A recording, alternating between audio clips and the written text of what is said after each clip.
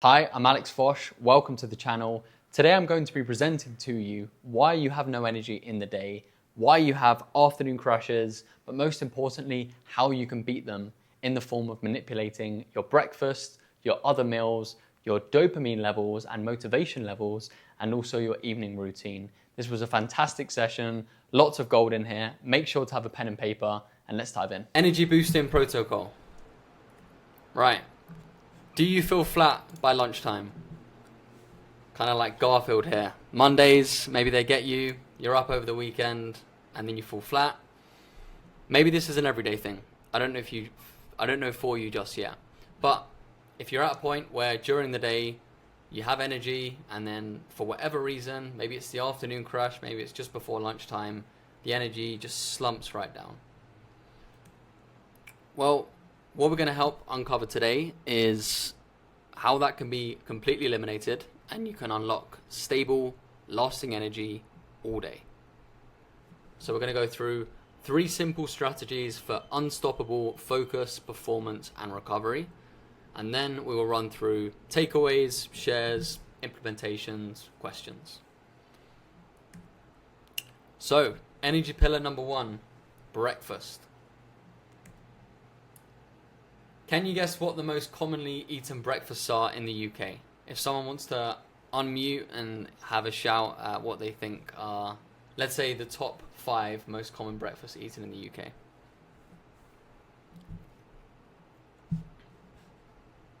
Cereals? Yeah, I mean, that's number 1. So that was pretty much the purpose of it, to see if anyone could get number 1. That is number 1. Cereals are number 1. Cereals number 1. Tea and toast 2nd, bacon sandwich 3rd, full English 4th, croissants and pastries 5th. The most common breakfast eaten in the UK. This is how the majority of people start their days. YouGov reported that 25% of Brits feel weary most of the time, while a further third feel knackered about half of the time. They're starting their day with this. So why is this happening? It's not a big deal. It's just cereal. It's just some croissants. It's just a full English. It's not a big deal. Well, all of these breakfasts are super carb dense. And it's not like just they're high in carbs, but they're high in carbs relative to fats and proteins. Now, what isn't common knowledge is that all carbs are actually sugar. This isn't to scare you. This is just to make you aware that all carbs act in the body the same way. They get broken down into sugar for quick release energy. And there's different types, right? You've got fructose, which is found in fruits. You've got sucrose, which is the sweet tasting sugar, right? It's table sugar. It's what they add to yogurts and drinks and stuff like that. And you've got glucose, which is commonly found in grains. And there's other foods like bread, for example, that have a combination of each of these. Again, this is nothing to be feared.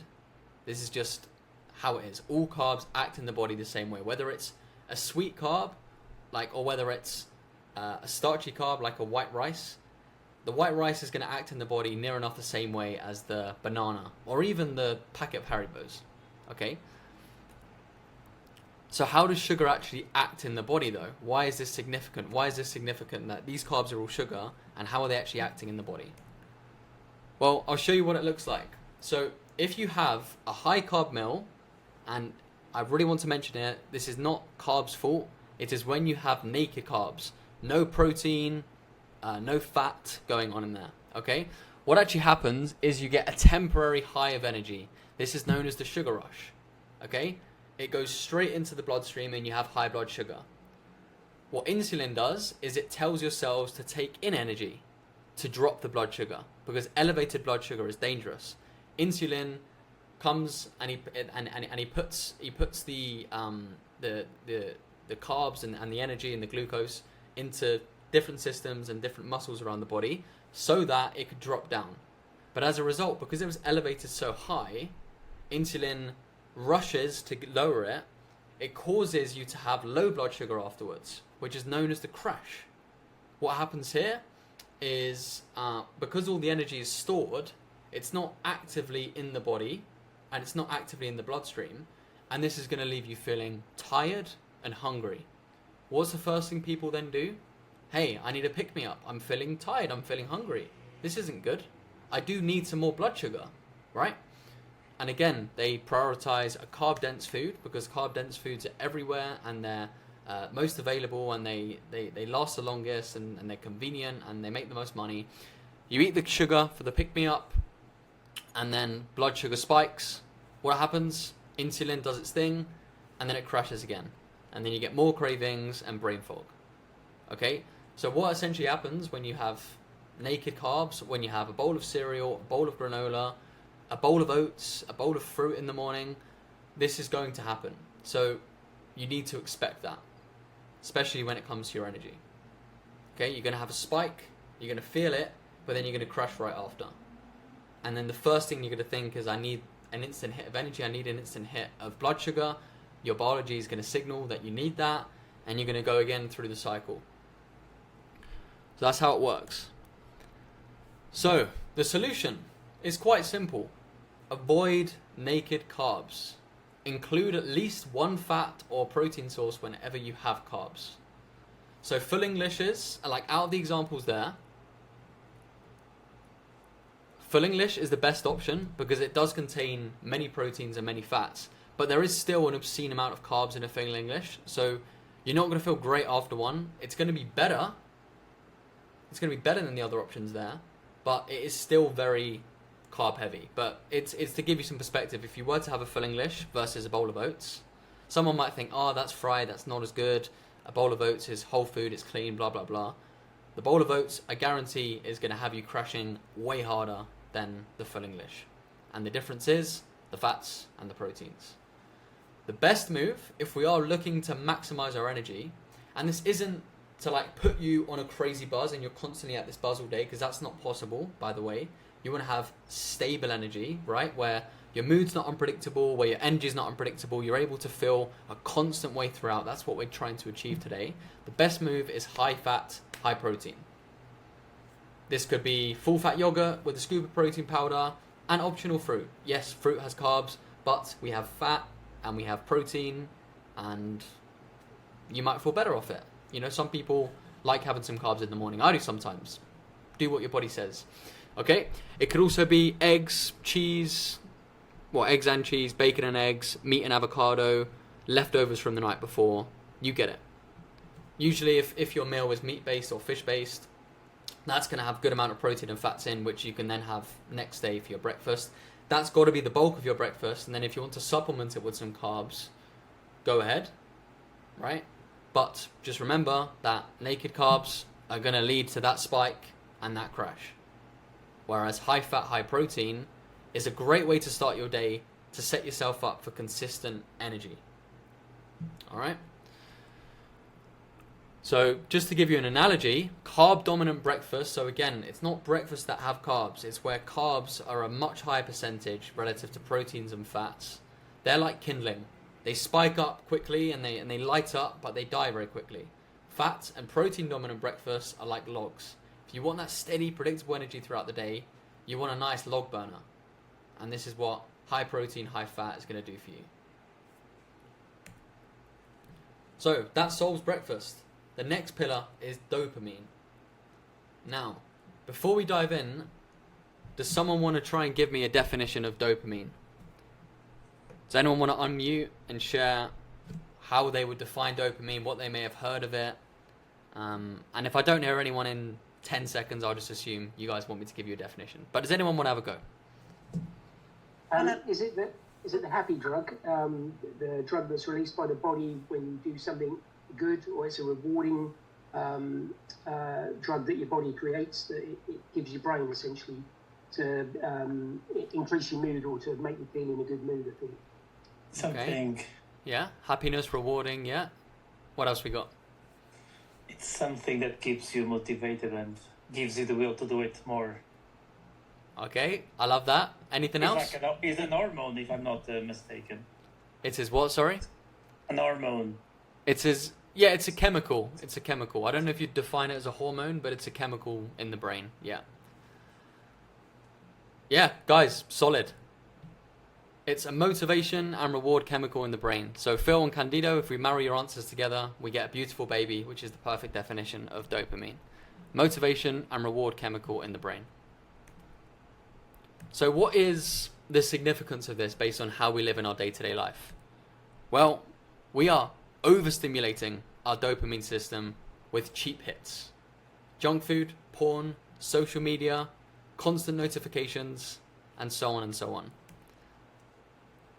So I'm going to go into, three separate factors that tie into dopamine, why it's a problem, and how we can take control of it. Okay? So this is the thing. Although dopamine in isolation is fine, it's our motivation and reward chemical in the brain, what's really going on is that we're overstimulated, and that's affecting our dopamine. Because each time you scroll, you snack, you swipe, or you binge, you get a dopamine hit, which is fine.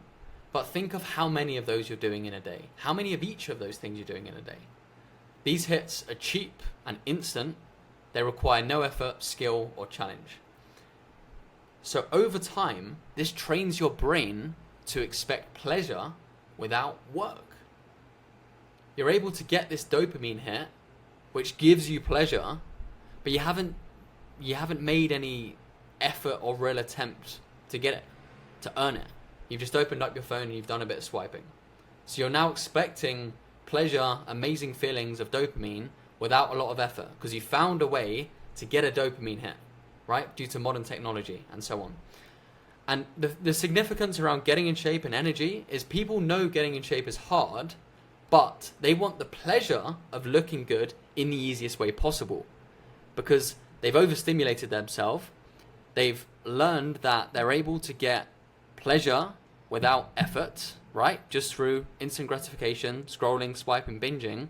And this is why people jump from quick fix to quick fix. Because they're constantly looking for the amazing feeling of getting in shape, but they're avoiding the effort of doing it. And we know what happens, right? It's going to be never ending because it takes effort to get in shape. Number 2, your baseline dopamine drops. Because we are overstimulating and we're going for all these cheap hits of dopamine, our baseline dopamine drops. What I want you to understand is dopamine works like a thermostat. If you spike it too often, your brain is going to dial it down. It has to balance out, it has to reach equilibrium. So what this means is the more you chase highs, the more you spike it, the less pleasure you will feel from doing normal things. And this is why conversations, books, workouts, or even chasing your goals and dreams feels boring. And also depression is higher than ever. Because normal life sucks so much. Because everyone is spiking their dopamine. And as a result, the brain's got to dial it down to achieve some kind of balance. And this one ties more specifically into energy. This is the third problem with dopamine. We're constantly cycling between highs and crashes. Junk food gives a sugar high, which then causes crash. Social media presents excitement. You spike up, and then it leads to boredom. Porn, instant thrill, but then it drops down to flatline. And these constant swings are mentally exhausting. So this shows how it actually works. So this diagram shows the difference in dopamine response. So instant gratification, like scrolling or sugar, causes a sharp spike in your dopamine, which is your reward chemical, right, and your motivation, and then followed by a crash because it needs to level out. And this leaves you feeling drained because you've lowered it beneath its threshold. You've essentially bought a quick hit of fun to then feel underneath the baseline. This is what alcohol does to you, right? You hit the club with the boys and the girls and you have a great night and you're buzzing and you're loving it and you're getting all this booze in and you feel great. What's a hangover? Well, a hangover is it's not just your body getting rid of the toxins that's just consumed, but you've pumped up all this dopamine from all the booze you've drunk in one night. You're going to feel shit for the next couple of days because your dopamine then falls beneath the baseline to try and balance it out. And the heavier the night you have, the more you've elevated your instant gratification and your dopamine, it's going to mean the harder you fall, because everything's got to be balanced in order to get back to the equilibrium. You can't like buy more dopamine. So every action is going to have an opposite and equal reaction. On the flip side, sustainable effort, like cooking healthy food or deep work, like on a project, builds a slower, steadier rise with a longer lasting effect. And this keeps motivation intact. And you can see along the orange dotted line, our dopamine is higher more time. People are just too hooked to that instant hit. But really it's better to have a good, stable baseline of dopamine, and you're able to get more done, and you're able to have more energy to get in shape, and you're going to be more motivated to turn up to your sessions. So what is the actual solution to dopamine overload? Well, you don't need to give up pleasure. That would be impossible. It's ingrained in our day-to-day society. You just need to regulate it. And I'm going to give you 4 steps to regulate your dopamine. Number 1 is swapping fast dopamine for more meaningful hits. So whenever you can, instead of doom scrolling, swap it for something similar that's going to give less of a dopamine hit. So doom scrolling is wanting to watch media. Well, what would be an alternative way to get the dopamine but have less of an impact on your overall motivation is to watch an old film or a documentary. You're still giving yourself what you want, but it's a less potent hit, right? You're smoking weed instead of hitting the crack pipe. All right. Next is junk food. Swap it for cooking a protein-packed meal with a partner, right? You're wanting a tasty meal, go cook a meal, right? There's delicious protein sources out there. You can make a delicious meal and you can do it with a partner. Instead of binging a series, you can watch one episode and then you can read 10 pages of a book or listen to a podcast. Instead of watching porn, you can call a friend, right?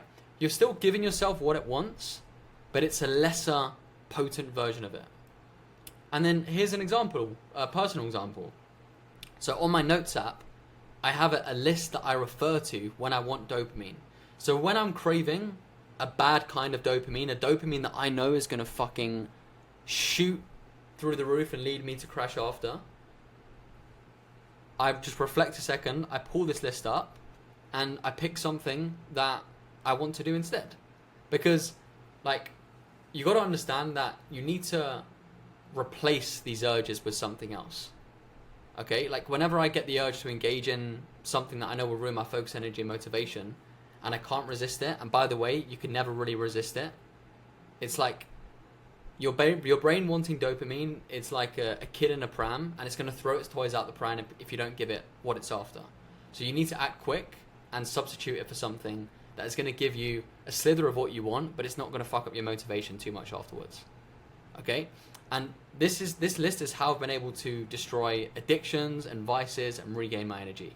Because when I want that big hit of dopamine, I've looked through this list and I say, hey, I can do any of these things instead. And all of these things are pretty fun, give or take, like depending on the mood, right? So maybe if I get an urge to scroll, I'll choose to read instead, or I'll go take a warm, overly long shower. I'll lie down with the sun on my face. I'll have a coffee. I'll do some work. I'll watch an educational video or podcast or an old film. I'll jog, exercise. I'll go out and socialize. I'll message my friends and be like, hey, you want to go do something? You want to go play football? You want to go get some dinner? Go out and socialize. Or I'll call Frankie, or I'll call a mate.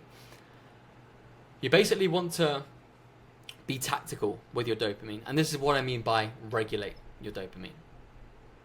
You're not trying to eliminate it altogether. You're giving yourself the source of dopamine that's not going to ruin your next hour and next few hours of the day. Because we all know that feeling after doom scrolling, 20 minutes, then it leads to 40 minutes, you feel shit after. And that is you frying your dopamine receptors. And then after, your brain needs to achieve equilibrium, so it drops it right down. So I'd advise you all to make a list of dopamine options that are less potent than the bad thing you're trying to stop. Give yourself some alternatives. And I promise you, this is the way to kill any addiction, or destroy any vices, and just genuinely have more energy each day. The next, so the first one is to swap fast dopamine for more meaningful hits. The next strategy in solving dopamine highs and crashes and saps of our energy is to embrace boredom. Whenever you get the chance, be bored. This is so powerful, okay? Because this gives you an opportunity to reset your dopamine. So let me give you some examples and this will make some sense. So 5 minutes early to meeting your friend, right? Let's say you're going out to eat with a friend and you're a little bit early. Instead of sitting there and scrolling on your phone, just sit there like a wise old man. Just be a wise old man, sit down, absorb the scenery, look at what's around you, watch some people, and do that, and just let yourself be bored. Try, if you like to walk and you listen to music each time, try occasionally going for a walk without music. Try eating less sugar in your overall diet. For example, people have an obsession with ketchup, and they have ketchup on everything. They have ketchup on their eggs, for example. I feel like that's quite a common one. Try having it without ketchup for a couple of times, and you'll see, like, the eggs will start tasting nicer, and then you'll realize you don't even need ketchup anymore. Practice meditation. That's a great way to just let yourself be bored for a few minutes. Because here's the thing, if you scroll before meeting a friend, you won't show up with high energy because you will have given yourself a mad amount of pleasure. You're going to crash to achieve your equilibrium, and then chatting to your friend just isn't going to be interesting, and you're not going to show up with high energy. And this is the same for if you have a gym session later on and you've fried your dopamine receptors, you're going to find it really hard to get to the gym because you're like, hey, the gym's going to give me pleasure, fantastic, but I've just been scrolling for 30 minutes and I'm getting the pleasure and the dopamine without much effort. So why the hell am I going to pick involuntary pain for dopamine when I can just do it scrolling on my bed? I hope this is starting to hit, guys, and I hope you're seeing how it ties into your overall energy. So use these opportunities to be present, heal your brain, and reset your dopamine and motivation levels. It's a great opportunity to just let yourself get bored at times. I'm a big believer that old people are really happy and chirpy despite having low energy. I'm a big believer that they're that way because they're bored more of the time, and like normal stuff that humans naturally find enjoyable are super enjoyable to them. So very quickly, you'll no longer find these things boring, and you'll actually find them more fulfilling than the dopamine-loaded activity. So, that's the next one, embrace boredom. And the third one, which is what you guys are mostly focusing on in this process, is pursuing slow dopamine. These are the habits that build your dopamine baseline back up. Lift weights, practice a skill. If you used to play the piano, get it out, practice again. Have real conversations with people. Not gossip. Reflect and journal. Work on a meaningful project. All these things that give you dopamine based on the work you've done are so much better for your brain health and your energy, because they're going to give you real sustainable energy.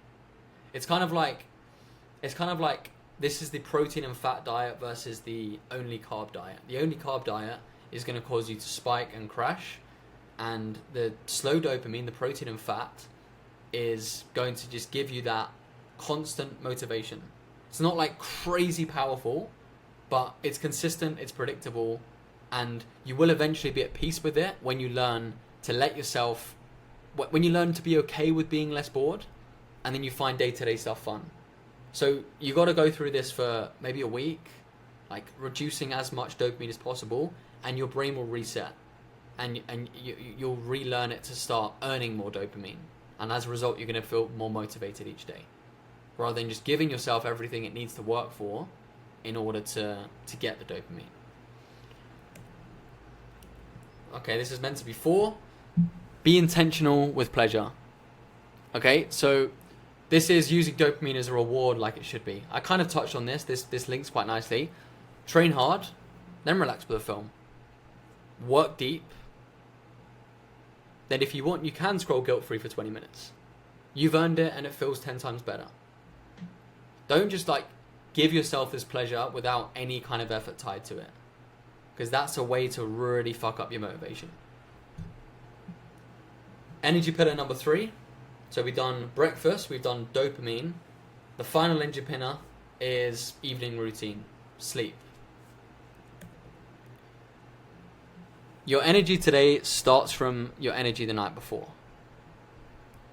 Just like you have a morning routine to start the day off correctly, you should have an evening routine, because your morning routine starts from yesterday evening. And let me give you a simple tactical bit of advice that you can implement right now to improve your evening. But really, you want to be thinking about, can I be in a consistent routine each night? As consistent as possible. Because it doesn't need to be said, right? You wake up after a bad night's sleep, everything's difficult. Motivation is low, energy is low, it's really challenging. So getting yourself into an intentional routine that you enjoy and makes you feel good is a very powerful way to improve your sleep. And we're creatures of habit. So it's going to take you a few days to build your own evening routine, and it's going to be ingrained in you very quickly. I want you to be creative with this as to what you want to do in your evening routine. I just want to give you a baseline structure. So this is the 3-2-1 rule, which is no food 3 hours before bed.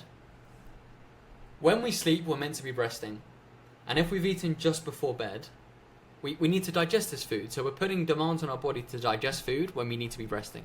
So that's why no food 3 hours before bed is very important. Okay?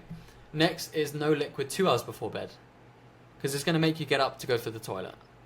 Bulk out your hydration earlier on in the day and have less in the afternoon and evening. It's going to be very powerful in helping you actually sleep better. And then number 1, no instant dopamine 1 hour before bed. The original 3-2-1 rule is no screen before bed, but I think we need to have some fun in life, and through personal experimentation, I love watching an old film before I go to sleep. If anything, it helps me. It's like I kind of get to look forward to it when I'm working at like 4 or 5 p.m. I know that in a couple of hours' time, if I push through, I've got a nice film to look forward to, right? And it's kind of what I said before about earning your dopamine. It helps you stay really freaking motivated when you know something nice is coming after hard work. So the one rule is no instant dopamine, so no porn, we shouldn't do that anyway, but no scrolling, no instant gratification stuff, obviously junk food, but that ties into food before bed, because that is going to spike everything up and it's going to make it really hard to fall asleep. I've done personal experimentation on this, guys. Like YouTube before bed, even though it's long form, it still causes me to stay awake for like an extra hour and a half. Whereas if I get into bed, I stick on an old film. I've been watching The Godfather recently. I've just finished part 3. Stick that on. Within 15 minutes, I'm out. And I wake up and I feel great. So no instant dopamine, super high, crazy stuff that's going to spike you right up. Basically, anything that makes you feel really shitty after doing it, don't do just before bed. That is instant dopamine. Something that makes you feel really shitty after doing it. Some other bits. Sleep 7 to 9 hours every night. If you largely feel better off 8 hours compared to 7, sleep 8.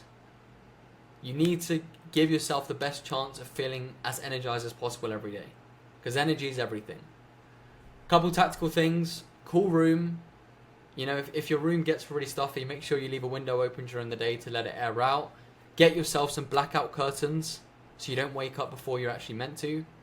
You want your body to be fully rested and wake up naturally. You ideally don't want to have to rely on an alarm, because if you use an alarm, you're waking your body up before it actually wants to be awake. So it's not fully rested. And the best way to allow yourself to fully rest is get to bed earlier, apply the 3-2-1 rule, cool room, blackout curtains. It's all simple stuff really. Give yourself the best chance of sleeping well. And finally, no caffeine past 2 p.m. I don't know how much of caffeine junkies you guys are, but caffeine has a half-life of 8 hours, which means 8 hours after consuming it, half of it is still active in our system. What that means is if you have a coffee at 2 p.m, that's the equivalent of having nothing and then at 10 p.m, having half a cup of coffee. Half of it is still active in your system, and you would never have half a cup of coffee before 10 o'clock, because that's when you need to go to bed. Right, so even 2 p.m. is pushing it. but I'm trying to be realistic for you guys, and I've found 2 p.m. for me and the clients I work with has been fine. So cut off caffeine past that point. So to conclude, we've gone through breakfast and the need to prioritize high fat, high protein. Otherwise, naked carbs, we're going to spike our energy. Insulin's going to do its thing. It's going to take all the sugar out of the blood, and we're going to crash, and we're going to need more. And then we're going to be through a horrible cycle of doing that. We do not want to be there because it's going to crush our energy. You're going to crash at 10 a.m. You're going to crash at 2 p.m. And it's just going to be hell. You're going to have to rely on caffeine to keep you going, and then that's going to ruin your sleep. You see how everything's connected? It's all a cycle. That's why I chose these 3 pillars. Next is dopamine, one people don't talk about. But you need to ensure that you're using this chemical of motivation and reward effectively. Because if you're frying it and you're giving it to yourself constantly throughout the day without any pursuit, you're going to lower your dopamine baseline. You're going to feel very demotivated, and you're not going to feel energized at all to do anything. So we need to be careful with regulating our dopamine. And then the final energy pillar is evening routine. Sleep is so important. We start every day by waking up. So this is why you need to have an intentional sleep routine just like you do in the mornings. Guys, that is everything in terms of the presentation. I'd be curious to know, do we have any key insights, shares, takeaways?